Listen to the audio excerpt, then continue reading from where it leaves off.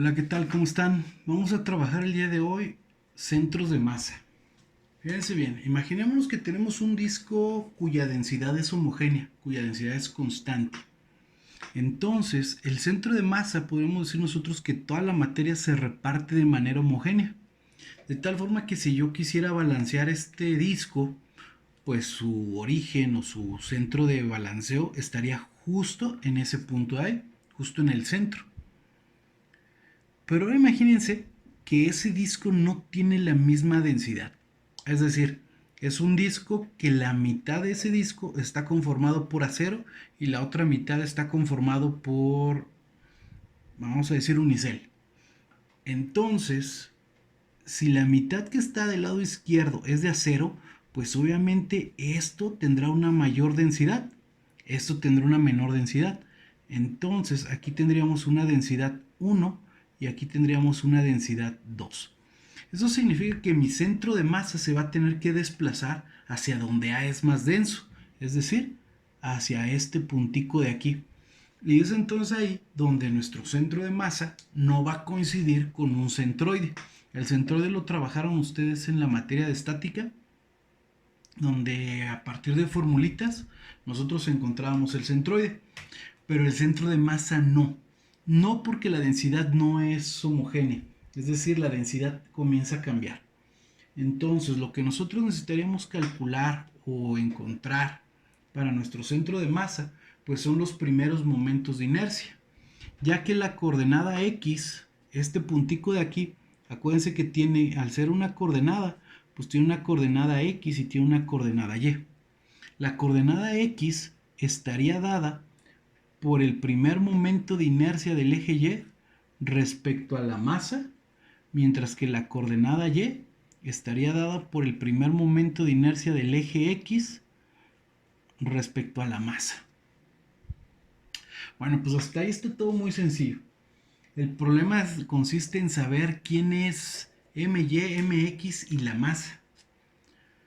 Bueno, ni tan problema. Lo que sucede es que los momentos de inercia, el primer momento de inercia de X y el primer momento de inercia de Y, lo vamos a calcular mediante una integral doble. La masa, por supuesto que también. Entonces, yo acostumbro siempre calcular primero la masa. Entonces, la masa estaría dada por la doble integral de una región R, abusados, por la densidad, que como es variable, la densidad tendrá que ser una función que varíe respecto a X y varíe respecto a Y. Es decir, la densidad está cambiando. En cualquier punto que nosotros tomemos es una densidad diferente. Entonces, por eso vamos a tener aquí nuestra densidad por un diferencial de área. ¿Correcto? Ah, y otra cosa.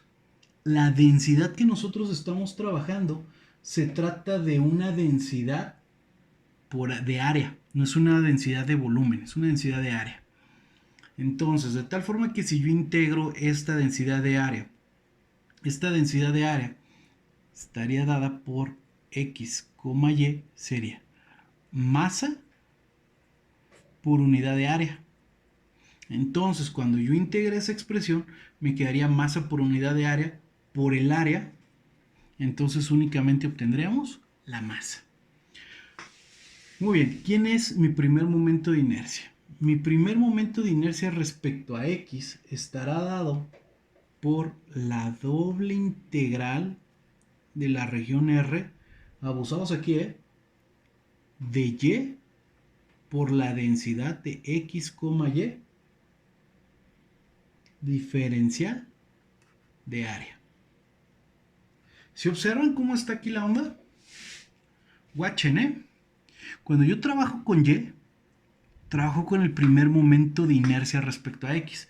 Cuando yo trabajo con X, trabajo con el momento de inercia respecto a Y. El momento de inercia de X aparece una Y. ¿Por qué? Porque los momentos, si ustedes recuerdan también de sus clases de estática, esos momentos, la distancia que nosotros medíamos era perpendicular al punto de giro. Entonces, ¿quién es perpendicular a X? Pues perpendicular a X es Y. ¿Quién es perpendicular a Y? Pues X. ¿Okay? Entonces, por eso va a aparecer ahí la Y. Luego entonces tendremos nuestro primer momento de inercia.